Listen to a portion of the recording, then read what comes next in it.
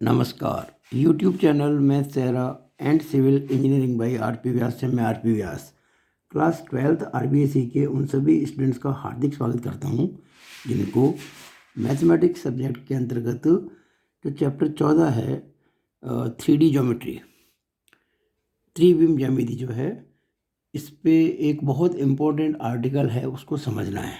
वो आर्टिकल क्या है कि मिनिमम डिस्टेंस कह दो या शॉर्टेस्ट डिस्टेंस कह दो between two skew lines. Shortest distance between two skew lines Hindi में कहते हैं दो विषमतलीय रेखाओं के मध्य लघुत्तम दूरी। तो इस आर्टिकल को समझने के पहले हमें कुछ बातें समझनी पड़ेंगी। सबसे पहली बात तो ये है कि स्क्यू लाइंस क्या होती है, यानी कि विषमतलीय रेखाएं क्या होती हैं। और फिर बात समझनी होगी कि दो विषमतलीय रेखाओं यानी कि स्क्यू लाइंस के बीच की जो डिस्टेंस होगी वो शॉर्टेस्ट कौन सी होगी, सबसे कम कौन सी होंगी। तो इन दो बातों को समझने के लिए हम आपको कुछ नए ढंग से समझाते हैं। देखिए, पहले तो अपन समझते हैं स्क्यू लाइंस के बारे में। देखिए, मैंने एक कागज़ लगाया आपके सामने। कागज़ क्या है? एक प्लेन, एक समतल। अगर मैं दो लाइनें यहाँ पे ऐसी बनाऊँ, ये लाइनें कैसी है? एक ही प्लेन में इसी कागज़ में, लेकिन पैरेलल नहीं है। These are not parallel. क्यों? अगर मैं इन दो लाइन को आगे पीछे बढ़ाता, जैसे मैं इसको पीछे बढ़ाया और ये तो पहले से इधर यूँ चल रही थी तो ये बताओ आपस में यहाँ क्रॉस ओवर नहीं हुआ इनका लाइन का। तो two lines intersect in a plane if they are in the same plane. अगर कोई दो लाइन्स एक ही प्लेन में है तो इंटरसेक्ट करेगी, लेकिन कब? अगर वो पैरेलल नहीं है तो। And these two lines are not parallel and are in the same plane, so these will intersect. यानी ये जो दो रेखाएं हैं इसी समतल में हैं लेकिन समांतर नहीं है, इसलिए इनको जब आगे पीछे बढ़ाएंगे तो जरूर किसी पॉइंट पे क्रॉस करेंगी। ये तो हो गई बात intersection of two lines which are not parallel in a plane. ठीक है, अब हम बात करते हैं ऐसी दो लाइंस की जो अलग अलग प्लेन में है। जैसे एक पेन देखिए और पेन, ये पेन एक है, इसको आप एक लाइन मान लीजिएगा।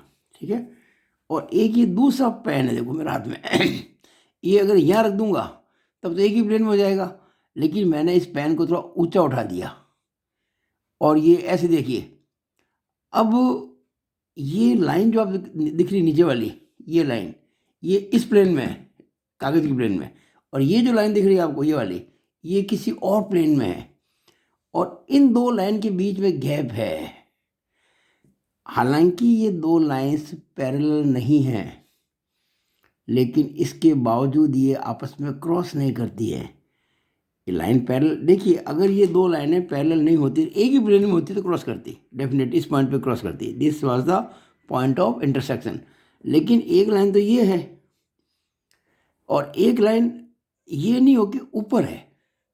अब ये इनके बीच में एक गैप हो गया, ये देखिए यहाँ से यहाँ तक एक बीच में गैप हो गया इस प्रकार से। ठीक है ना, तो ये बात मेरे ख्याल से आपको समझ में आ गई होगी कि skew lines are those lines which are not in a same plane, जो एक प्लेन में नहीं होती, अलग अलग प्लेन्स में होती, अलग अलग समतलों में होती हैं, और वो चाहे पैरेलल ना भी हो तो भी कभी आपस में मिले ही नहीं।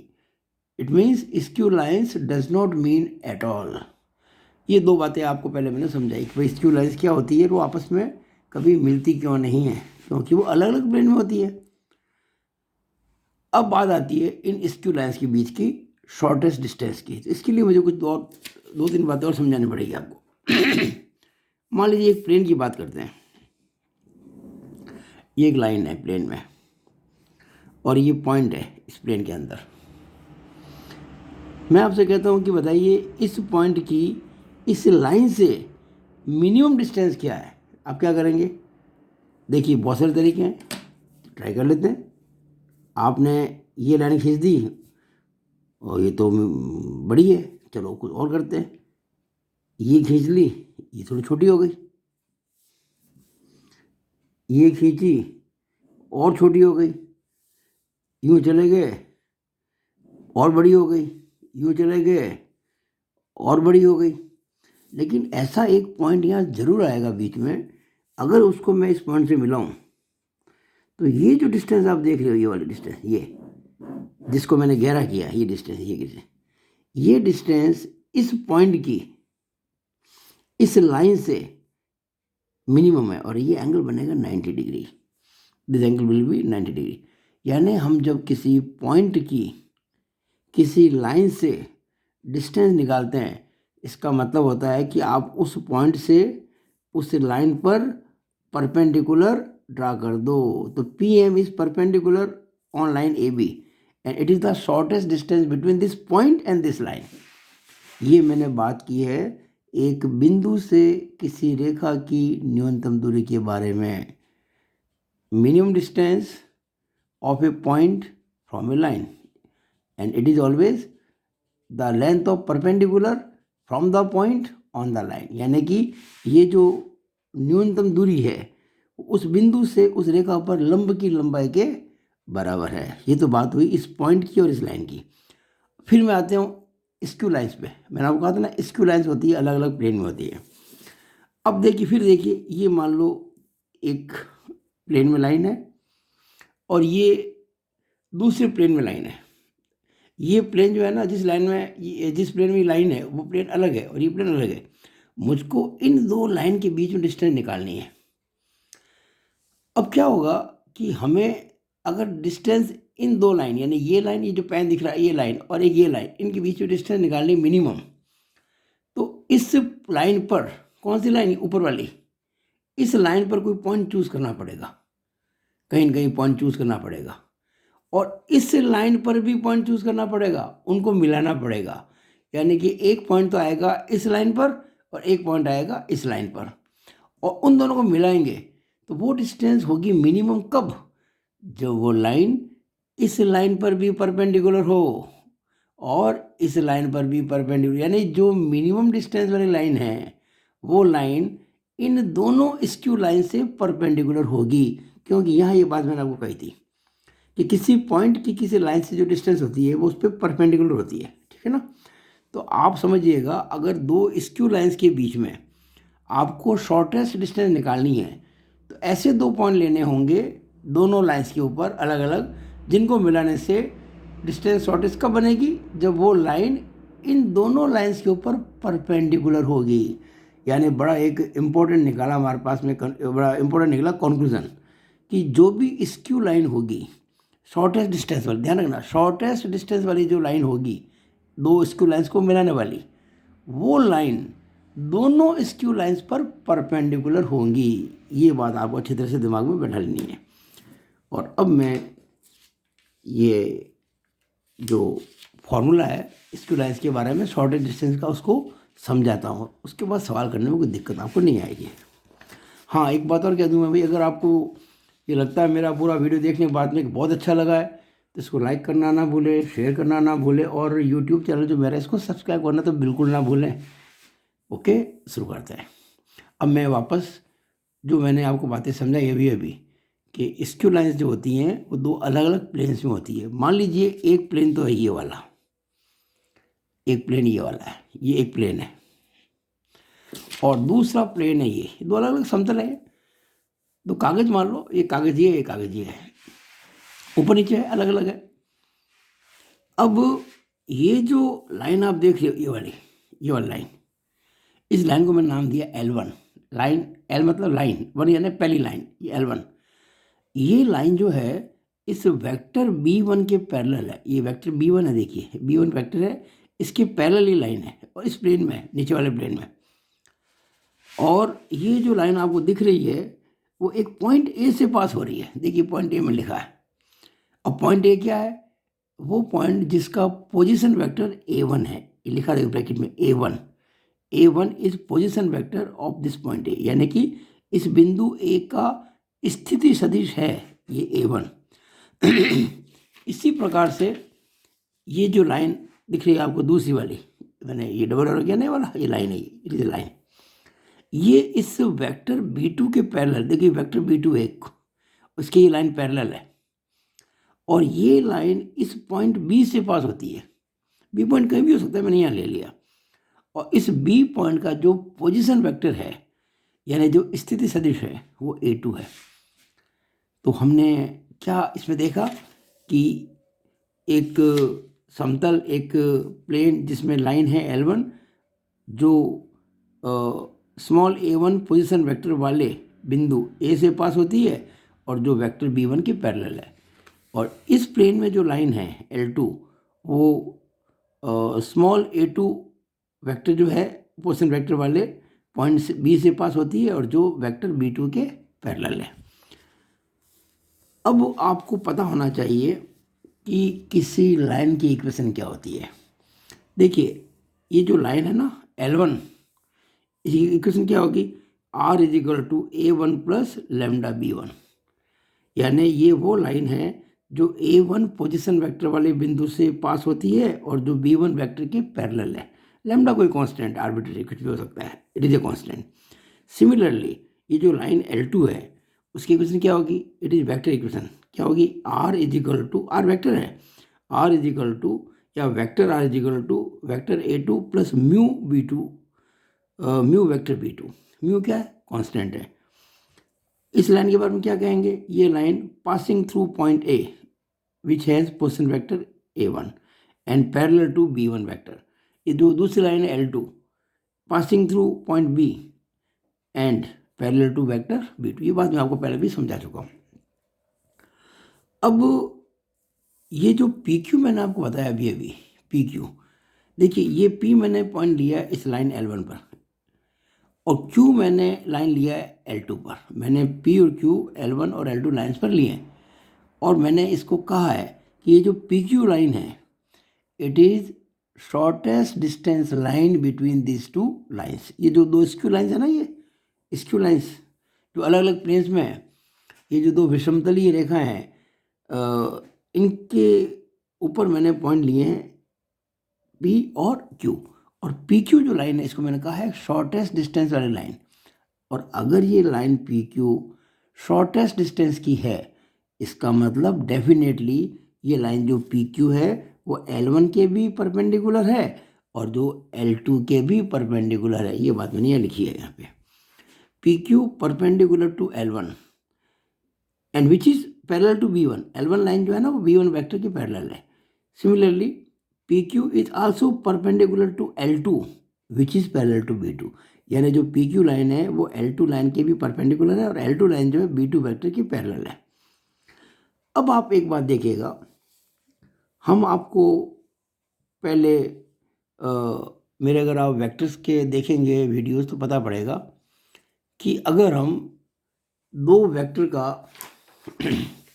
क्रॉस प्रोडक्ट लें, जैसे A क्रॉस B, दो वेक्टर का क्रॉस प्रोडक्ट, तो इसकी जो डायरेक्शन होती है ना, वो ये दोनों वेक्टर जिस प्लेन में होते हैं उसके परपेंडिकुलर होती है।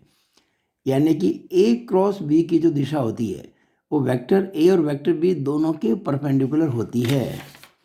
यहाँ ये देखिएगा, मैंने आपको एक बात कही थी कि ये जो PQ लाइन है ये L1 के भी परपेंडिकुलर है और L2 के भी परपेंडिकुलर है। इसका मतलब क्या हो गया कि और जो L1 लाइन है ना, वो वेक्टर B1 के अलॉन्ग है और L2 लाइन जो है वो वेक्टर B2 के अलॉन्ग है, यानी उसके पैरेलल है। इसका मतलब अगर मैं B1 क्रॉस B2 निकालूं, ये वेक्टर B1 जो L1 के पैरेलल है और वेक्टर B2 जो L2 के पैरेलल है, अगर मैं B1 क्रॉस B2 निकालूं, उसकी डायरेक्शन क्या होगी?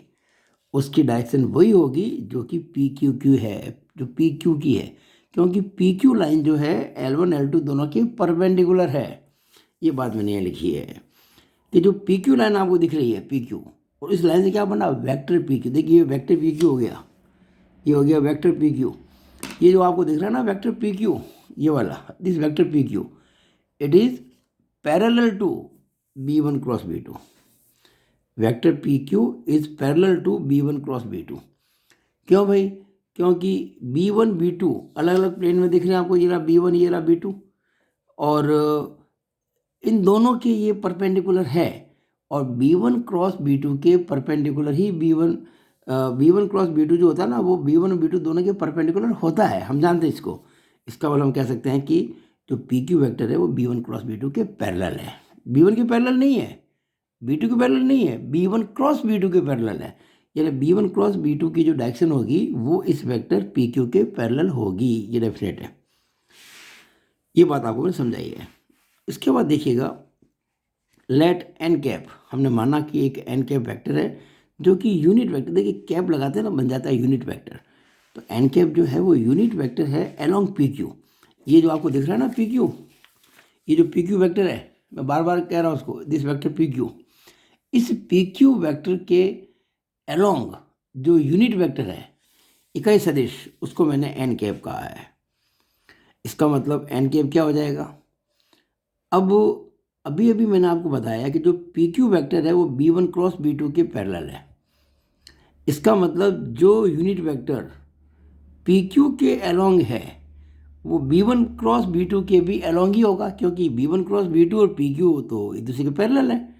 इसका मतलब एन कैप इजिकल टू, अच्छा किसी भी वेक्टर, आपको पता है ना कि हमें मान लीजिए वेक्टर ए जो है, अगर इस वेक्टर ए के परपेंडिकुलर निकालना, unit vector perpendicular to unit vector in the direction of vector A, तो कैसे निकालेंगे, ए कैप इजिकल टू निकालेंगे वेक्टर ए के अंदर वेक्टर ए के मॉडुलस का भाग लगा देंगे। ये तरीका होता है ना, किसी भी वेक्टर की डायरेक्शन में यूनिट वेक्टर, उस वेक्टर में उस वेक्टर के मॉडुलस का भाग लगा दो, ये करते हैं। सेम चीज़ यहाँ पर है कि एन कैप जो है वो unit vector along P Q है। इसका मतलब जो एन कैप है वो unit vector along B one cross B two है, और B one cross B two के अलोंग जो होगा यूनिट वेक्टर वो कैसे निकालेंगे, जैसे अभी मैंने निकाला आपको यहाँ पे बताया कि अगर आपको वेक्टर ए के अलोंग निकालना यूनिट वेक्टर, तो ए वेक्टर में ए के मॉडुलस का भाग लगा दो।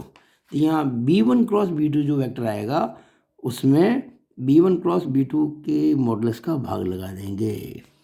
तो जैसे ही B one cross B two जो वेक्टर होगा उसमें इसी के मॉडुलस का भाग लगा देंगे, तो B one cross B two के पैरेलल यूनिट वेक्टर आ जाएगा, और जो unit vector B one cross B two के पैरेलल है वही पी क्यू के पैरेलल भी हो जाएगा, क्योंकि पी क्यू इसके पैरेलल है। ओके, नाउ अब देखिएगा, मैं आपको एक अलग से बात समझाना चाहता हूँ। मैंने आपको कहा था ये जो लाइन है L2 और ये लाइन जो पी क्यू है ये परपेंडिकुलर, या आपको हालांकि ये परपेंडिकुलर लग नहीं रही, ऐसा लग रहा है जैसे एक्यूट एंगल है ये, लेकिन वास्तव में लाइन परपेंडिकुलर ही है।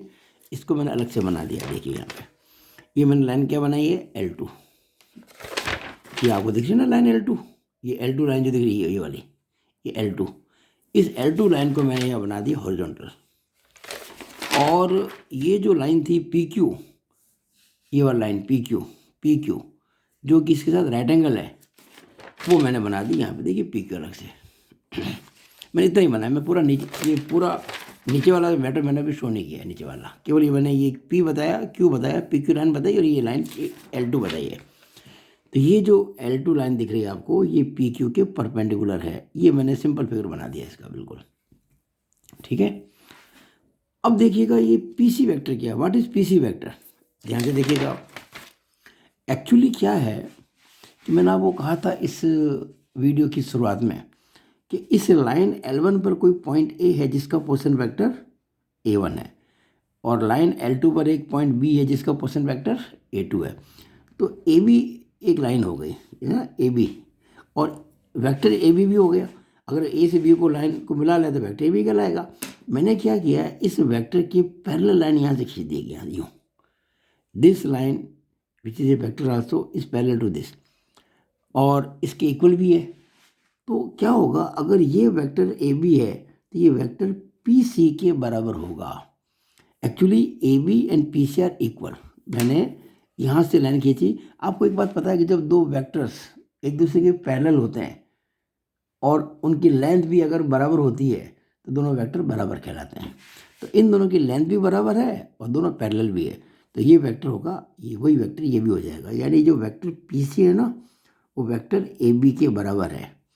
और ए बी वेक्टर क्या होगा, देखिए अगर ये वेक्टर ए बी में बी का पोजीशन वेक्टर A2 है और ए का पोजीशन वेक्टर A1 है, तो बताइए लाइन ए बी का हम क्या कहेंगे, लाइन ए बी को बोलेंगे ना A2 माइनस A1।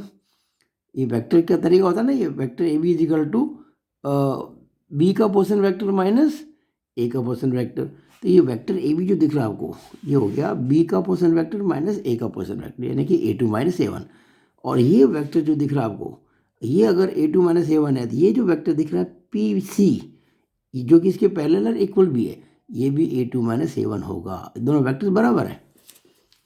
अभी PC वेक्टर ध्यान दीजिएगा A2 माइनस A1 है। ये जो PC वेक्टर है, ये वाला, ये PC वेक्टर, ये वाला, ये A2 माइनस A1 है। अब आप देखिएगा, ये हमें क्यों निकालना क्या था, व्हाट वाज द क्वेश्चन, हमें निकालना था कि ये जो दो स्क्यू लाइंस हैं अलग अलग प्लेन्स के अंदर, इनके बीच की शॉर्टेस्ट डिस्टेंस जो मैंने मानी थी PQ है। यानी ये जो आपको दिख रही है ना line PQ, this is shortest distance between these two lines L1 and L2। अब देखिएगा, अगर मैं कहूँ कि ये जो PQ है इस PC का प्रोजेक्शन है, अगर मैं इस PC लाइन को प्रोजेक्ट करूँ, अब ये भी एक बड़ी इंटरेस्टिंग चीज़ होती है। देखिएगा, ये एक लाइन है और ये दूसरी लाइन है, ये दूसरी लाइन है। मैं आपसे पूछूं अगर कि इस लाइन का इस लाइन पर प्रोजेक्शन क्या होगा, यानी अगर मैं ये जिस लाइन पे मुझको प्रोजेक्शन निकालना है ना, उसके परपेंडिकुलर में टॉर्च की रोशनी फेंकूं, ये लाइन दिख रही है, रोशनी है टॉर्च की जो इसके परपेंडिकुलर है, जिस पे प्रोजेक्शन लेना है, तो क्या करेंगे, ये जो एंड है यहाँ से डालेंगे परपेंडिकुलर और यहाँ से डालेंगे परपेंडिकुलर। तो ये जो दिख रही लाइन आपको, ये this is called as projection of this line on this line. ये इस लाइन का इस लाइन पर प्रोजेक्शन होगा। फिर बताता हूँ, मान लीजिए ये कोई एक लाइन है और ये कोई दूसरी लाइन है। मुझे मान लीजिए इस लाइन का इस लाइन पर प्रोजेक्शन पता करना है, तो जिस लाइन पर प्रोजेक्शन निकालना है उस पर डालने हैं परपेंडिकुलर। कहाँ से, उस लाइन के दो एंड से जिसके प्रोजेक्शन आपको चाहिए। हमको इसका प्रोजेक्शन चाहिए, तो इसके दो एंड ये है, ये और ये, तो यहाँ से डालेंगे परपेंडिकुलर और यहाँ से भी डालेंगे परपेंडिकुलर, यानी ये दोनों परपेंडिकुलर है ये। और ये जो अब आ गया, ये जो ने गहरा किया है, इट इज प्रोजेक्शन किसका, इस लाइन का, किस पर, इस लाइन पर। तो जिस लाइन पर प्रोजेक्शन आपको निकालना हो उस पर डालेंगे परपेंडिकुलर, उस लाइन के एंड से, दो एंड्स होते हैं ना लाइन के, जिसका प्रोजेक्शन आपको निकालना है। अब एग्जैक्टली ये बात यहाँ हो रही है। अच्छा, यहाँ तो क्या एक लाइन इंटरसेक्ट भी कर रही है। मैं कहता हूँ आपसे एक ये लाइन है और एक ये लाइन है। अब आपसे मैं कहता हूँ इस लाइन का, ये इस लाइन का इस लाइन पर प्रोजेक्शन निकालो, तो यहाँ तो ये दोनों क्रॉस कर ही रही हैं। अब क्या करूँगा कि यहाँ से डालूंगा परपेंडिकुलर, या पीछे बढ़ाना पड़ेगा, इसको पीछे बढ़ाओ, ये डाला मैंने परपेंडिकुलर। अब यहाँ तो मिल ही रही है, यहाँ तो पॉइंट ऑफ इंटरसेक्शन है। तो ये जो हो गया ये वाला it is projection of this line on this line. अब देखिए, ये जो PQ है, PQ क्या है, ये जो लाइन PC है ना, इसका इस PQ पर, ये जो लाइन PQ मतलब जो भी लाइन चल रही है, लेंथ लंबी लाइन है, काफ़ी है, लंबी लाइन है ये। इस लाइन पर आप समझ सकते हैं, ये जो लाइन दिख रही है आपको, ये वाली, ये लाइन, इस लाइन के ऊपर इस PC का जो प्रोजेक्शन होगा वो PQ के बराबर है। तो देखिएगा, लिखा मैंने PQ is equal to projection of PC। ये जो वेक्टर दिख रहा है PC, किस पर, ऑन PQ पर। इस PQ वेक्टर पर जो PC वेक्टर का जो प्रोजेक्शन है वही इस PQ की लेंथ है। अच्छा, अब आपको कुछ बातें और समझानी पड़ेंगी। अभी जो 40% सिलेबस कम हुआ है आपके 12th RBSc में से, उसमें एक चीज़ कम कर दी गई है कि projection of vector A on vector B। ये आपके कोर्स में फ़िलहाल नहीं, लेकिन ये फॉर्मूला जो समझाने के लिए मैं बताता हूँ। हम अगर मान लीजिए projection of A vector on B vector निकालना चाहें, इसका एक फॉर्मूला आपको याद रखना होगा। वो होगा A और B वेक्टर का डॉट प्रोडक्ट ले लें और बी का मॉडुलस लेना है, ये फॉर्मूला होता है। Projection of A on B, projection of vector A on vector B is equal to A dot B upon B का मॉडुलस, ये फॉर्मूला है। यहाँ देखिए हमको चाहिए projection of P C vector on P Q vector, जैसे ये ए मान लो, इसको बी मान लो, क्या फॉर्मूला था, ए डॉट बी यानी कि P C dot P Q, P C dot P Q upon B का मॉडुलस, बी का मतलब ये पी क्यू का मॉडुलस। यानी हम इसको कह सकते हैं कि अच्छा पी सी जो वैक्टर है, पी सी वैक्टर वो ए बी के बराबर है। ये देखिए आपको कह चुका है यहाँ पे थोड़ी देर पहले कि जो ये पी सी वैक्टर है वो ए बी के बराबर ही है।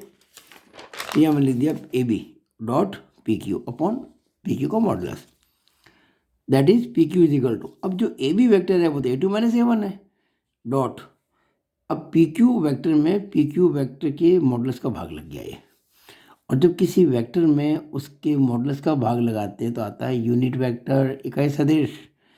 और पी क्यू की दिशा में जो इकाई सदिश है उसको याद कीजिए, मैंने एन कैप कहा था, N cap is unit vector along P Q.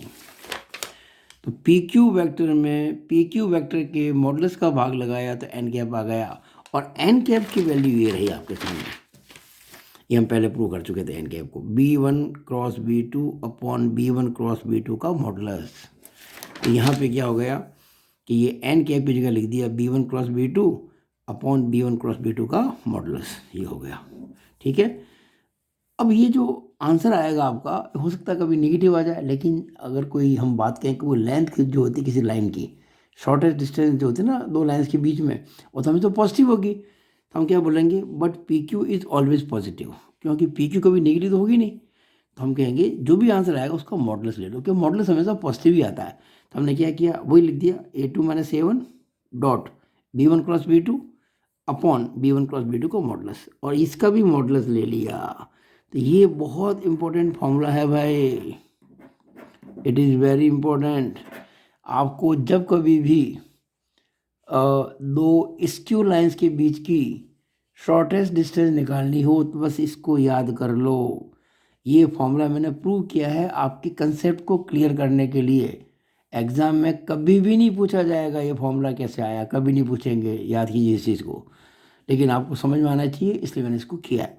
तो क्या याद रखेंगे, A two minus A one dot B one cross B two, यानी हम पहले तो A two minus A one निकालेंगे वेक्टर होगा, फिर B one cross B two निकालेंगे वेक्टर होगा, उसका डॉट प्रोडक्ट लेंगे, उसमें B one cross B two के मॉडुलस का भाग लगा देंगे और जो आएगा उसका मॉडुलस ले लेंगे। ये इंपॉर्टेंट फॉर्मूला जो मैंने आपके सामने पूरा प्रूव किया है, इसको प्रूव करने में मुझे 27 मिनट लग चुके हैं, 28 मिनट हो रहे हैं प्रूव करने के अंदर, लेकिन बहुत इंपॉर्टेंट था ये। अब लगे हाथ तो एक छोटी सी बात और कर लेते हैं। कभी कभी क्या होता है कि आपको जो दो वेक्टर दिए थे यहाँ पे R is equal to A one plus lambda B one और R is equal to A two plus mu B two, ये वेक्टर फॉर्म में थे, है ना।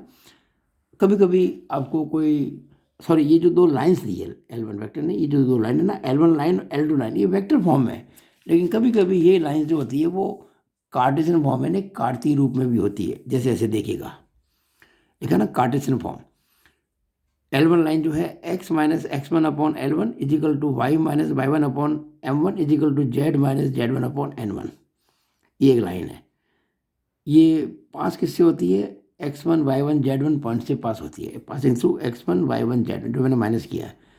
और किसके पैरेलल है, उस लाइन के पैरेलल है जिसके डायरेक्शन कोसाइंस क्या दो, डायरेक्शन रेशियोज क्या दो, एक ही बात है। मैं यहाँ पहले A one A two A three लिखना चाहता था, लेकिन चूंकि हमने ये ए वन पहले यूज़ कर लिया है, बी वन भी यूज़ कर लिया है, इसलिए मैंने इसको L one M one N one लिख दिया। नॉर्मली अपन L one M one N one जो होते हैं ना वो डायरेक्शन कोसाइंस के रूप में व्यक्त करते हैं, लेकिन यहाँ पे इसको आप L one M one N one को डायरेक्शन कोसाइन भी कह सकते हैं और डायरेक्शन रेशियो भी कह सकते हैं, क्योंकि डायरेक्शन रेशियोज और डायरेक्शन कोसाइन सेम रेशियो में होते हैं, ध्यान दीजिएगा। लेकिन यहाँ इसका जो मीनिंग है बेसिकली वो डायरेक्शन रेशियोज लेंगे। लिखा मैंने इसको डायरेक्शन कोसाइन से, यहाँ पे देखिएगा लिखा मैंने चीज़ को passing through X one Y one Z one and parallel to lines having DCs, DC यानी कि direction cosine L one M one N one. यहाँ डायरेक्शन कोसाइन की जगह डायरेक्शन रेशियो भी लिख सकते हैं, क्योंकि रेशियोज और कोसाइन मतलब डायरेक्शन रेशियोज और डायरेक्शन कोसाइन जो होते हैं वो प्रोपोर्शनल होते हैं, कोई फर्क नहीं पड़ता उससे। सिमिलरली ये लाइन L2 है, ये है x minus X two upon L2, L capital है, ये L स्मॉल है, x minus X two upon L2 बराबर y minus Y two upon M2 बराबर z minus Z2 upon N2। ये कैसी लाइन है? जो कि x2 y2 z2 पॉइंट से पास होती है और किसके पैरेलल है? उस लाइन के पैरेलल है जिसके direction cosines L2 M2 N2 है। डायरेक्शन कोसाइन भी हो सकते हैं, डायरेक्शन रेशियो भी हो सकते हैं। मैं बार बार इस चीज़ को कह रहा हूँ क्योंकि ये सब रेशियो में बराबर होते हैं। अब देखिएगा, आपको अगर इस फॉर्म में कभी लाइन मिलती है, इस फॉर्म में जो कि कार्टेशियन फॉर्म है, आपको कुछ नहीं करना है, केवल उस कार्टेशियन फॉर्म को वेक्टर फॉर्म में कन्वर्ट करना है बस। देखिए हमारे पास में मोटे तौर पर आप देखिए, अगर शॉर्टेज डिस्टेंस की लेती हो, हमारा 4 बातें चाहिए, ओनली 4। कौन सी? A1 A2 B1 B2, बस इस 4 से अपना सारा काम हो जाता है। तो आप बताइए इससे A1 कैसे निकलेगा? A1 क्या है? याद कीजिए, A1 क्या था? लाइन, पहली जो लाइन थी L1, उस पर किसी पॉइंट का पोजीशन वेक्टर।